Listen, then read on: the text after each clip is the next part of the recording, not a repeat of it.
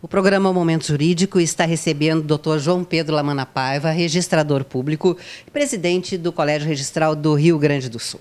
Sempre é muito bom sermos recebidos pelo Dr. João Pedro Lamana Paiva, que vai nos falar, em primeiro lugar, sobre o provimento 77/18 do CNJ, que dispõe sobre a designação de interinos nos cartórios. Qual a sua avaliação a respeito? Bom, em primeiro lugar, eu agradeço mais uma vez a presença de vocês e essa oportunidade que nos dão de poder transmitir aos usuários aquilo que é necessário para o desenvolvimento não só das pessoas, também como dos negócios em geral. E eu diria que esse tema é muito complexo e não é de hoje que se discute. Esse tema vem sendo discutido desde 2006, quando foi criado o CNJ. Ele já lançou lá uma resolução na época, em 2000, resolução número 3 de 2006, em que estabelecia já uma certa forma de nepotismo com referência aos poderes públicos, aos órgãos públicos, e principalmente, né, dando ao magistrado, o diretor do foro, essa faculdade, autorizando a ele a definir essa forma de substituição. Então, essa resolução, que é de 2006, a nosso critério já nasceu morta, porque não vingou. E naquela época, né, até eu tenho aqui, dizia assim o seguinte, ó, disciplina o exercício de cargos, empregos e funções por parentes, cônjuges e companheiros de magistrados e de servidores investidos em cargos de direção e assessoramento. Em primeiro lugar, nós não somos servidores, né? Nós fomos já serventuários da Justiça até o advento da Constituição Federal. Com a entrada em vigor da Constituição em 88, nós passamos a ser, digamos assim, uma atividade sui generis. Sui generis no sentido de ser diferente de todo. Porque no 236 diz, os serviços notariais e registrais serão exercidos em caráter privado por delegação do poder público. Essa é a nossa atividade. Então, nós exercemos uma atividade privada. Mas aquela resolução de lá tentou nesse sentido. E naquela época, veja só como as coisas vão crescendo, e naquela época, o Dr. Mário Pazzuti Mesari, o Dr. Júlio César Weschenfeld e eu escrevemos um artigo sobre esta resolução. E a conclusão que nós chegamos naquela época, 2006, decorridos 13 anos, foi essa aqui, ó. Nepotismo e serviços notariais e registrais. Antinomanias. Tá? É impossível juridicamente a existência de nepotismo entre titular de serviço notarial e registral e seus funcionários, dada a delegação em caráter privado e regime seletista dos contratados firmados com os entes. Começa por aqui. Sim. Certo? Por quê? Porque nós somos privados. O Estado, ele é que comanda as ações das atividades notariais e registrais. Quem é o dono da atividade? É o tabelião, é o registrador ou é o Estado? É o Estado. O Estado detém a atividade. Nós apenas somos delegatários. Mediante concurso, né, aí a gente obtém a delegação. E lá vamos exercer, enquanto nós estivermos dentro da atividade. Então, em sendo uma atividade privada, o Estado só participa com o concurso público, daí através do Poder Judiciário.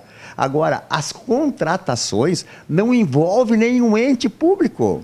Mas nem um ente público mesmo. Envolve o titular, que é a pessoa física, que ele não é pessoa jurídica. Alguns entendiam, quando entrou em vigor a Constituição de 88, que deveria fazer uma concorrência, abrir uma concorrência para poder, então, se habilitar. Mas não é possível. A habilitação seria só por pessoa jurídica, certo? Então, não. A delegação é para a pessoa física, em virtude, inclusive, da responsabilidade que se tem. Então, nesse aspecto, tá, o ente público, ele não tem qualquer participação junto ao relacionamento negocial trabalhista com os funcionários. E qual é a legislação que diz que não é permitido um dono de uma empresa contratar um filho, um neto, a mulher, ou a irmã, ou o irmão. Não existe, a relação de trabalho é outra. E é o caso nosso aqui, junto ao problema da resolução. Então, essa resolução, na época, essa já não vingou. Sim. Aí veio agora, realmente, a resolução número 77/18, do ano passado. 18. E ela voltou agora, mas dando ênfase ao substituto, aos interinos. Aos interinos. E esses interinos podem ser em serviços que já estão vagos, e pode ser em serviços que vagarem por ocasião, por exemplo, da morte do titular, por ocasião da aposentadoria compulsória, tá? A compulsória que hoje não existe, é voluntária, tá? Ou então no caso de renúncia, correto? Então hoje o Rio Grande do Sul tem mais de 260 unidades, serviços vagos. Certo? E qual o serviço que não teria um parente junto a essa atividade? Quase todos têm, certo? Mas é um relacionamento de emprego entre o titular e o empregador, e o empregado. E aí, nessas condições, então, veio a Resolução 77 e a Corregedoria Geral de Justiça do Estado do Rio Grande do Sul, em cima do provimento 77, né, expediu um ofício circular número 116. E esse ofício circular 116 delega ao juiz diretor do foro para que se faça um levantamento em cada comarca onde há o interino, para que esse se manifeste qual é o grau de parentesco e etc e tal, para daí vinculá-lo e aí sim tomar as providências. Acontece que da mesma forma que 2006, eu entendo que hoje também não poderia ser aplicado. Correto? Correto. E por que não poderia? Veja só, lá na Lei 8.935, não fala em nenhum dispositivo legal sobre nepotismo. E diz que os substitutos, certo? Eles estão ali para substituir os titulares em eventuais licenças, ausências, etc e tal. E a nossa consolidação normativa estabelece que, por ocasião da vacância, né, de qualquer serviço, assumirá o mais antigo. E quando diz que assumirá o mais antigo, também não fala em nepotismo. Eu posso ter aqui, digamos, no meu serviço, como eu tenho 4 substitutos. No caso de uma vacância daqui, assumiria, por mais antigo, o mais antigo. Ah, mas quem é o mais antigo? Ah, o mais antigo é o meu decano, que é o Jaime, que não tem nada a ver comigo. Não tem parentesco algum. Não tem. Se fosse, por exemplo, um parente meu, entendesse, que tivesse aqui, a nosso critério não teria qualquer problema, porque aquele que estava respondendo, que era o parentesco, caiu fora, saiu. Ele não está mais ali, tá?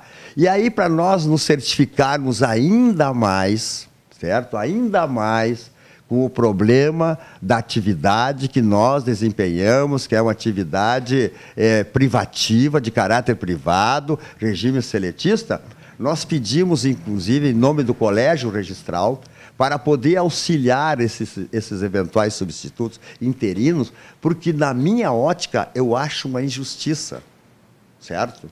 Acho uma injustiça, porque essa designação, Regiane, ela é temporária.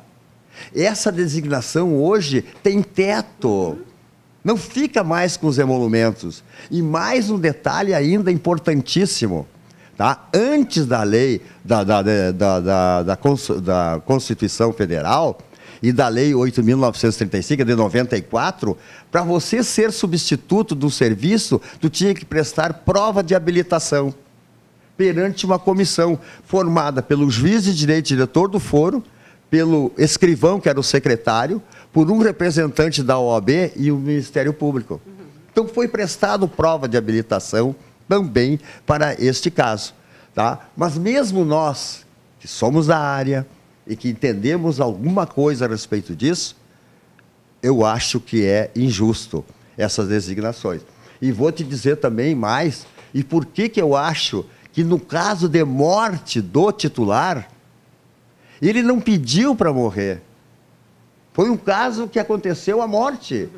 Então, se tem um parente lá que é substituto e é o mais antigo, onde é que fica o impedimento agora? Aonde que fica? Não tem. Outra, a aposentadoria voluntária ou a compulsória, 75 hoje. Chegou os 75, ele caiu fora, né? Porque tem que sair. Se tem algum parente, qual é o problema que vai ter agora? Até uma questão de confiabilidade, não é? De tudo. E aí, as que eu acho que isso sim, talvez teria que se estudar, por exemplo, o Rogério é um concurseiro. Faz concurso em todos os estados. E em cada um que ele assume, ele deixa um parente. Talvez seja isso aí a origem do provimento 77. Sim. Aí eu concordo. Esse não pode permanecer. Ou até na aposentadoria voluntária que você pede, entendesse? Mas não tem. Para nós nos certificarmos ainda mais, Rejane, nós pedimos um parecer para a nossa assessoria jurídica, que é o escritório Lamáquia. E o escritório nos presenciou com um riquíssimo trabalho e chegando à mesma conclusão. Se me permite, eu não costumo ler, mas dessa vez eu tenho que botar. Diz assim o seguinte: diante do exposto, conclui-se que a atividade notarial é exercida em caráter privado com autonomia de gestão e independência das atribuições, consoante o 236. Os titulares dos serviços de notas e de registros públicos não são servidores públicos. E aí ele vai. A questão do nepotismo, no que diz respeito ao artigo 39 para a segunda lei, deve ser enfrentada de acordo com o espírito do enunciado número 1 do CNJ, ou seja, da vedação do parentesco somente quando ocorrer relação de existência com o magistrado, a mesma resolução de lá. E, por fim, vem trazendo verdadeira inovação no ordenamento, né, inclusive retroativo. Então, nós entendemos que não é o caso de se aplicar. Agora, o CNJ está aí, inclusive entendemos que cabe um mandado de segurança, e esse mandado de segurança pode ser impetrado ainda até o dia 9 de março, por parte de qualquer interino, e ele deve buscar os seus direitos. Eu acho que tudo pode acontecer, mas não vamos descaracterizar a atividade que foi conquistada na Constituição Federal. Após os comerciais, nós voltamos conversando com o Dr. João Pedro Lamana Paiva, aqui no Cartório de Registro de Imóveis da primeira zona de Porto Alegre. Voltamos aqui com o Dr. João Pedro Lamana Paiva. Mas o senhor participou recentemente de reunião com a Caixa Econômica Federal e a Caixa Imóveis, com o objetivo de retomar as tratativas sobre a padronização e utilização de CRIRS pela Caixa Imóveis. Quais os resultados alcançados? Bom, na verdade, nós tivemos 2 reuniões no mesmo dia com a Caixa Econômica Federal, mas com setores diferentes. Como é sabido, a CRI do Rio Grande do Sul, a Central de Registro de Imóveis do Estado, já está em vigor.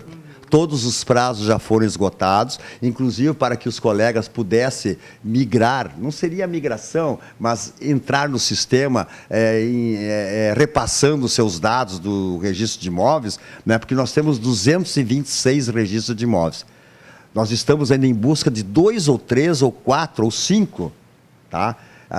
Mais precisar. A semana passada nós tínhamos 10, depois diminuíram, deve ser uns 5 ou 6 registros de imóveis que ainda estão buscando para fazer essa migração. Sim. Mas a CRI já está em vigor.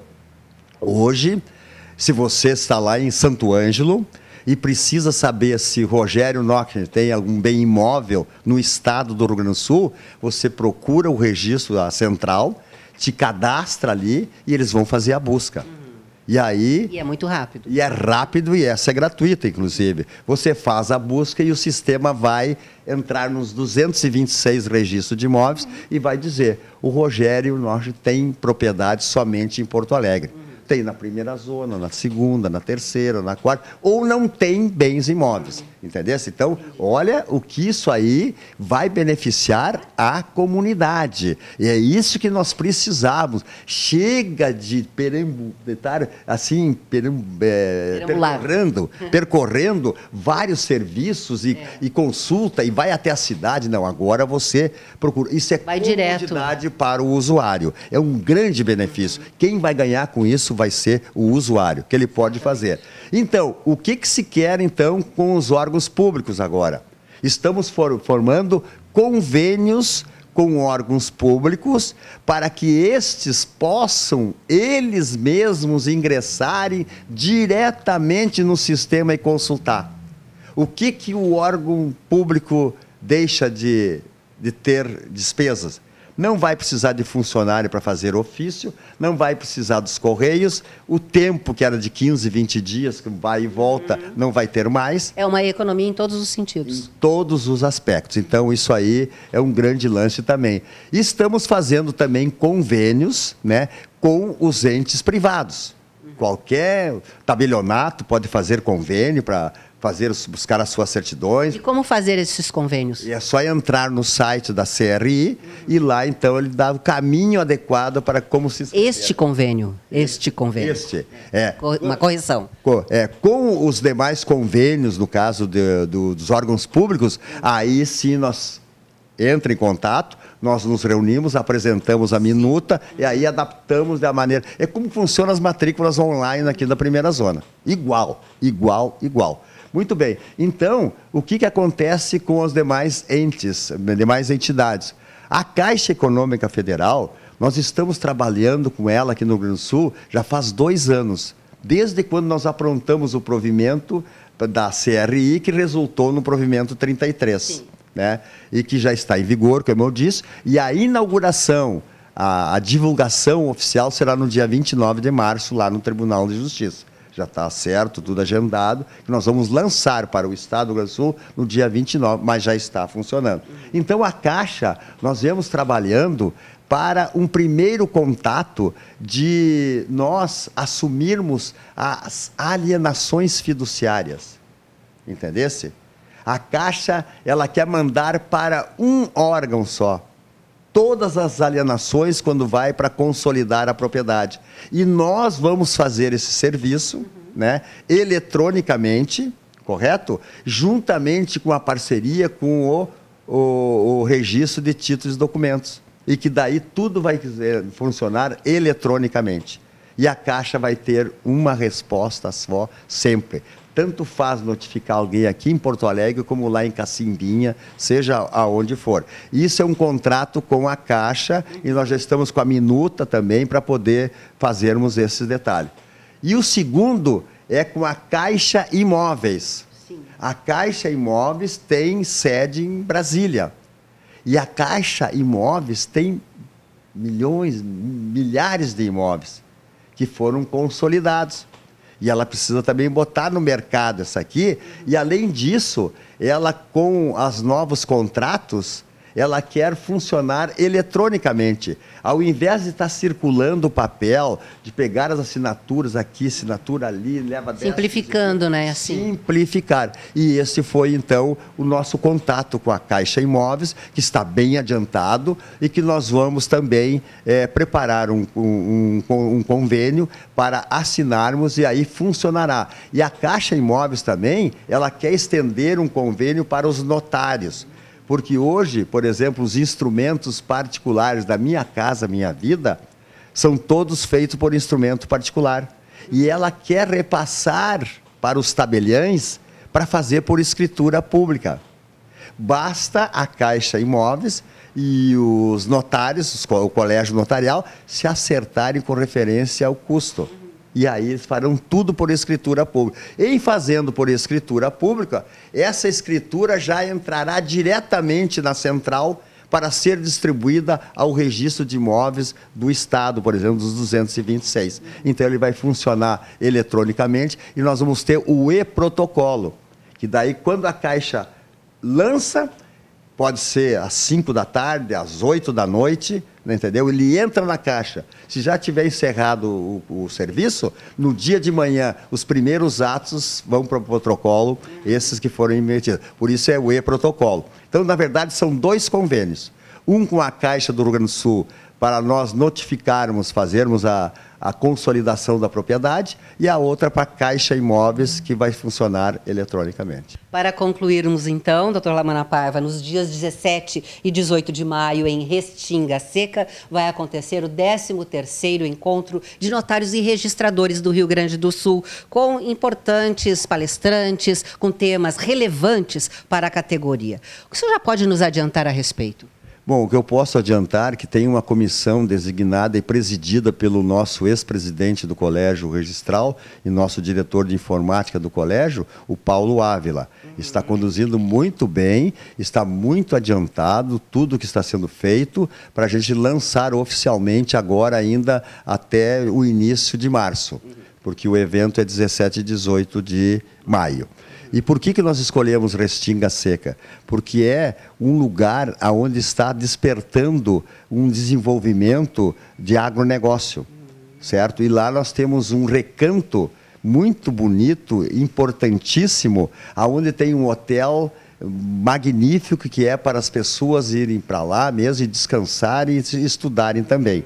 Então esse evento eu tenho certeza que será um evento... Toda uma infraestrutura. Toda a infraestrutura, com restaurantes, com tudo que tu possa imaginar. Tá? E aí então o 13º evento, nós queremos fazer um evento voltado à privatização, voltado ao ente público, né? E ele terá notários e registradores. Né, as ameaças e oportunidades que permeiam a nossa realidade. Este é o tema chave. É o tema chave do encontro. Isso mesmo. E para isso, então, nós queremos formar uma mesa composta por deputados. Um dos deputados que nós queremos trazer é o Kim, ou o Marcel Von Artz, né? Nós queremos trazer junto com esse painel aí, com esse deputado, um dele ou os dois, né, um membro do executivo, certo?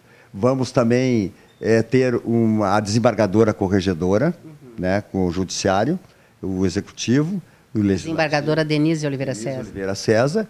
E aí também o coordenador, o que vai fazer o contraponto vai ser o Cláudio Brito, que é jornalista também. Ex-promotor. Que vai representar o Ministério Público, né? Então será um painel de 2h30, mais ou menos, para discutir por que essas ameaças conosco e etc. e tal. Isso na parte da tarde da sexta-feira, dia 17. E à noite, na abertura oficial, aí nós teremos o jornalista Alexandre Garcia. Já está confirmado a presença dele aqui, né, para essa abertura. E aí nós vamos ter mais outros temas agora que os colegas estão... Cada instituição vai apresentar um palestrante de acordo com a sua área.